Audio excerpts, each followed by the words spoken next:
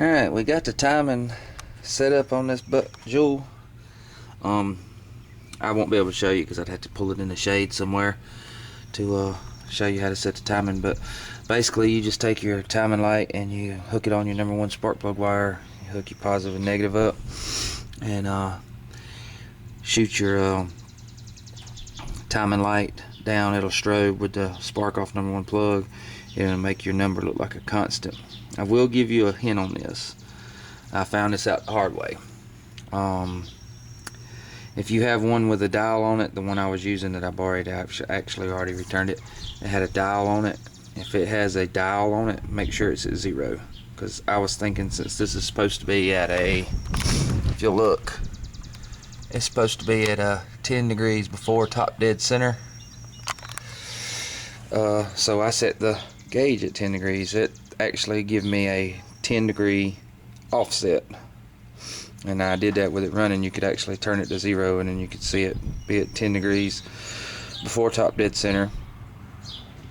And then even in the manual, I'll show you in a minute, it was wrong. The manual says a typical and it shows it over here. I can show you a little bit better with a diagram, but actually I was setting it up to retarded like 12 degrees top dead center, which would be after top dead center. And it, with that and the 10 degrees off on the gun, it really threw me for a loop. I couldn't get it figured out, but I got it now. So we got the distributor in, we got the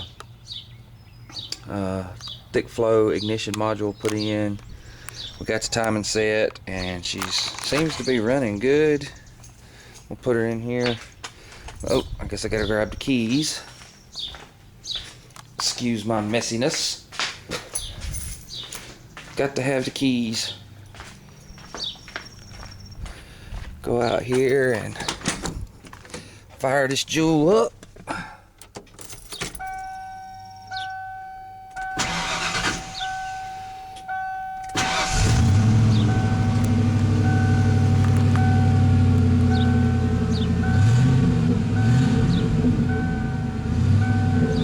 Running like a champ now.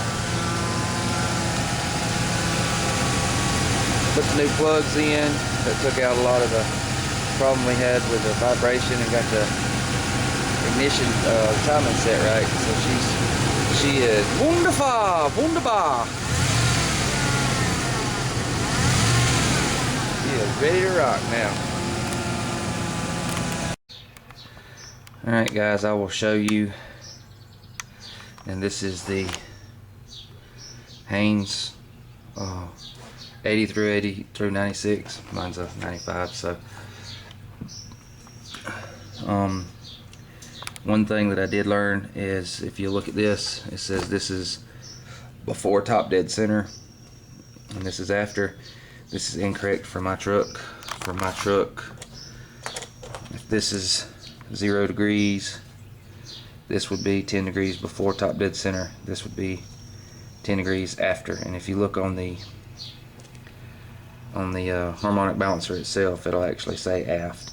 It kind of threw me for a loop because it said here this is after top dead center, this is before top dead center, but it's actually reversed. I guess it's where it says typical. Mine must be untypical. But I got that set because I was setting it at 10 degrees, and actually when I would tighten the distributor down, it would actually move a little bit to like where I was appearing 8 degrees was actually 12 degrees retard. And then with the 10 degrees in the light, I was looking at 22 degrees retard, and that's why it was running so rough. But we got that going. I did change the fuel filter. I'll show you here.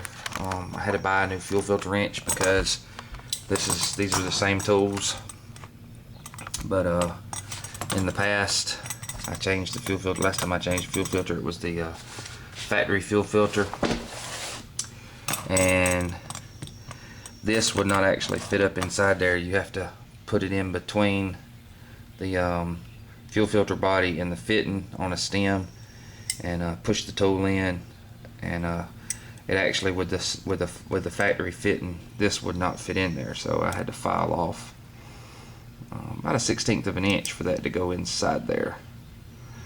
And I did that probably 7, 8, 10 years ago whenever I changed the fuel filter.